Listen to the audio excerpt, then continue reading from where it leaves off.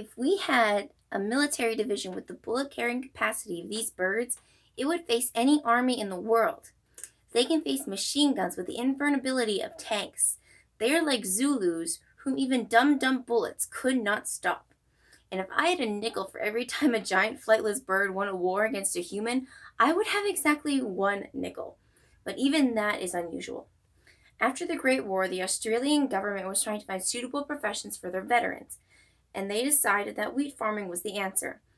So the Australian government gave the soldiers 90,000 hectares of land for them in September 20th. This land went out to 5,030 soldiers. Now, the land itself was barely usable, and the Great Depression caused wheat prices to plummet, as well as other economic downturns. It did not help that the Australian government attached their currency system to Britain's, and Britain's had later taken a downturn. So it also didn't help that Australia mostly got their capital from outports and exports, and nobody was buying anything anymore because of the Great Depression. Now, emus that have lived on the land that the government just gave to these farmers was at the worst time possible. The emus were just coming back from their mating season and they wanted their land back. And they came back only to find it populated with some weird humans growing food for them. It was on their land, so therefore it was their food. At least that's what the emus thought. They broke down fences, ate crops, pooped everywhere, and made little holes for their rabbit allies to finish off the wheat that they did not eat. So the farmers weren't that happy about this because the wheat that they could grow, they needed to feed their own families. And so the emus eating all their stock was pretty bad for these farmers. But instead of calling the Minister of Agriculture, they called the army. And the army, on November 12th in 1932, sent Major G.P.W. Meredith. And he was determined to gun down at least 50 of these flightless birds, because he also wanted a nice feather hat for himself.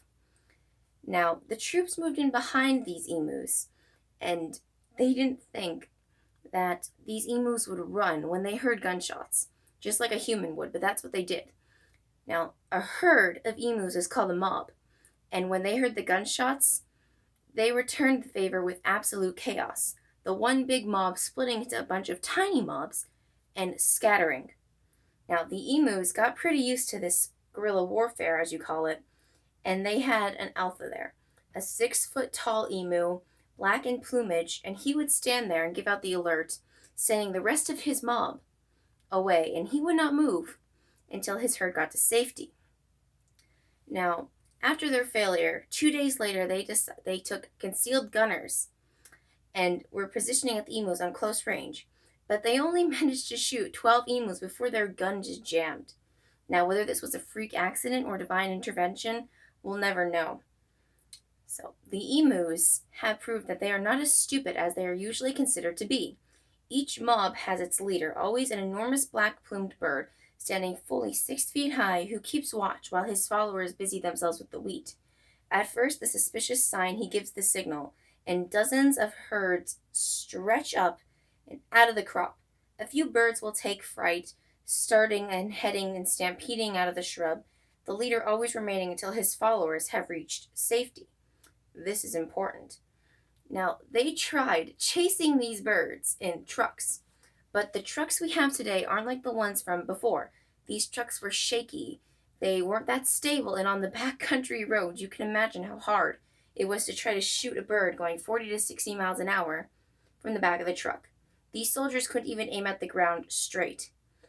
But actually, they managed to kill one bird that got caught in the steering wheel, and which sent the truck falling over into a half-acre of fence. So, it wasn't that good, and the emus won both rounds of this war.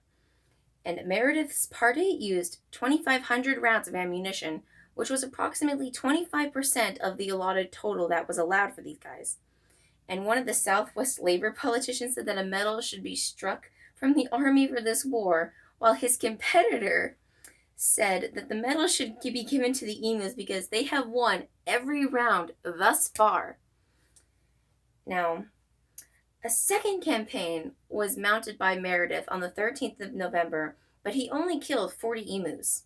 About a month later, it was reported that the 100 emus that were being killed every week.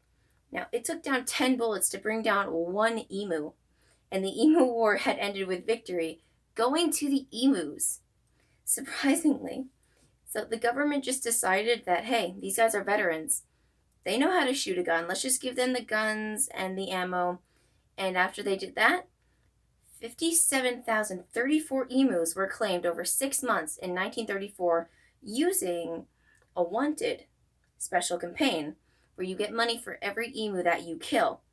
And now emus are labeled as least concerned and are actually on the Australian coat of arms. So remember, emus won a war against the humans, and they were honored for it. Have a nice day. I hope you enjoyed this, and thank you for listening.